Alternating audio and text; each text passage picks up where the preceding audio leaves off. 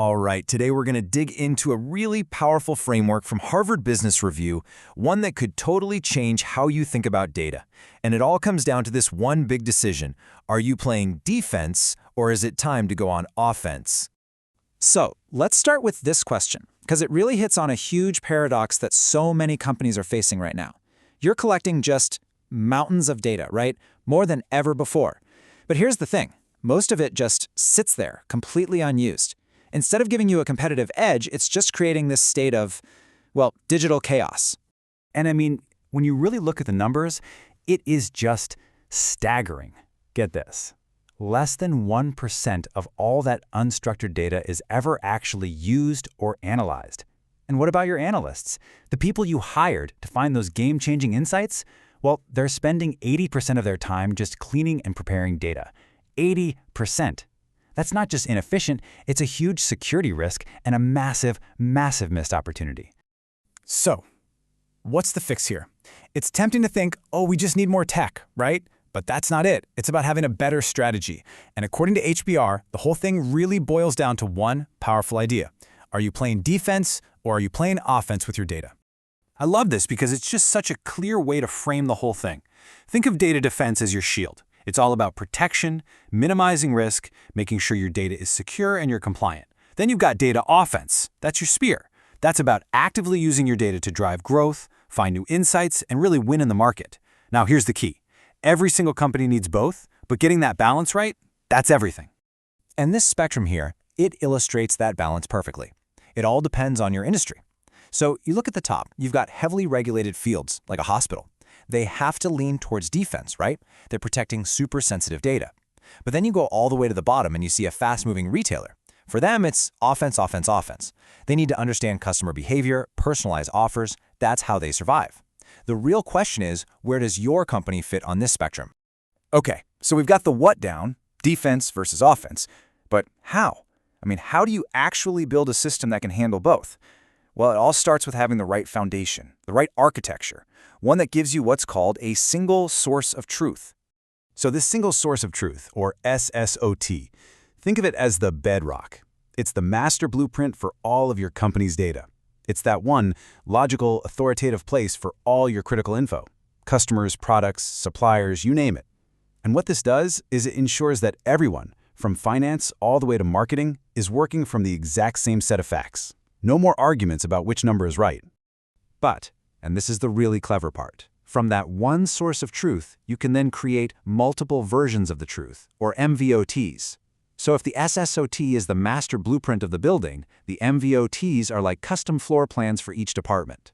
Marketing can get a view of customer data that's perfect for them, finance can see it a different way, but they're both working off that same reliable master blueprint. It's how you get both control and flexibility. Because without that SSOT, you get this, total chaos. One system calls a supplier Acme, another calls them Acme Inc., and a third one has Acme Corp. I mean, if you can't even agree on a simple supplier name, how on earth are you supposed to get a clear picture of your spending? Or negotiate better deals? You can't. It's literally impossible. So, what's the payoff when you actually fix this mess? Well, HBR talks about one industrial company that was dealing with this exact Acme problem. They implemented a single source of truth to clean it all up. And just by consolidating their supplier data, just by doing that one thing, they saved $75 million in the first year alone. That is the power of getting your data foundation right. Okay, so having a great architecture is one thing, but that's only half the battle, right? How do you get your entire organization to actually use it effectively? It's not a switch you just flip. It's a journey, a transformation. And luckily, HBR's research lays out the path for us. And just so we're clear on why this journey matters so much, let's look at the bottom line. The research shows that companies with high tech intensity, which basically means they're really good at using technology across their entire workforce, well, they grew their revenues more than twice as fast as the companies that were lagging behind. The financial incentive to get this right is it's enormous. And this roadmap here, it shows you exactly how that transformation happens. You see, most companies start out way over on the left, in that traditional stage. This is where data is just trapped in all these different silos.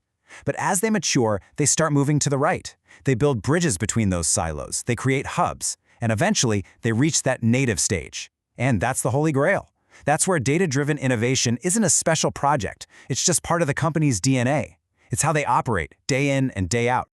But you know, all this talk about tech and strategy and architecture, it means absolutely nothing without the right people. This transformation, at its core, is a human one. It's really about winning hearts and minds. And honestly, this is so often the biggest hurdle you'll face. You can go out and buy the best tools in the world, but if your employees are anxious about it, if they're resistant, or if they just don't see what's in it for them, the whole thing can just grind to a halt. It really is all about building that buy-in and that confidence across your entire workforce. Now, this matrix is absolutely fascinating. It maps out employee mindsets on two different scales. So along the bottom, you've got how confident they feel with the new technology, and on the side, you have how much they believe the change actually matters. The goal for any leader, for you, is to move your team out of those bottom quadrants where they might feel oppressed or just indifferent, and get them up into that top right corner, inspired. That's where people feel both confident and they truly see the value, not just for the company, but for themselves too.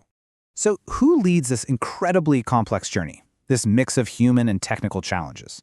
Well, according to HBR, a new type of leader is emerging. They call them the super tech leader. And let's be clear, this is not your traditional CIO. This is a business strategist first and a technologist second. It's someone who can pull together all the different tech and data roles under one roof to create a single, unified vision that is laser-focused on one thing: business value. And that brings us full circle, right back to where we started. So I want you to take a second and think about your own organization. Ask that question and be honest with yourself.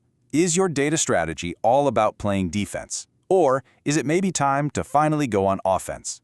Because figuring out where you stand today is the absolute first step to unlocking all that incredible power that's just sitting there, hidden inside your data.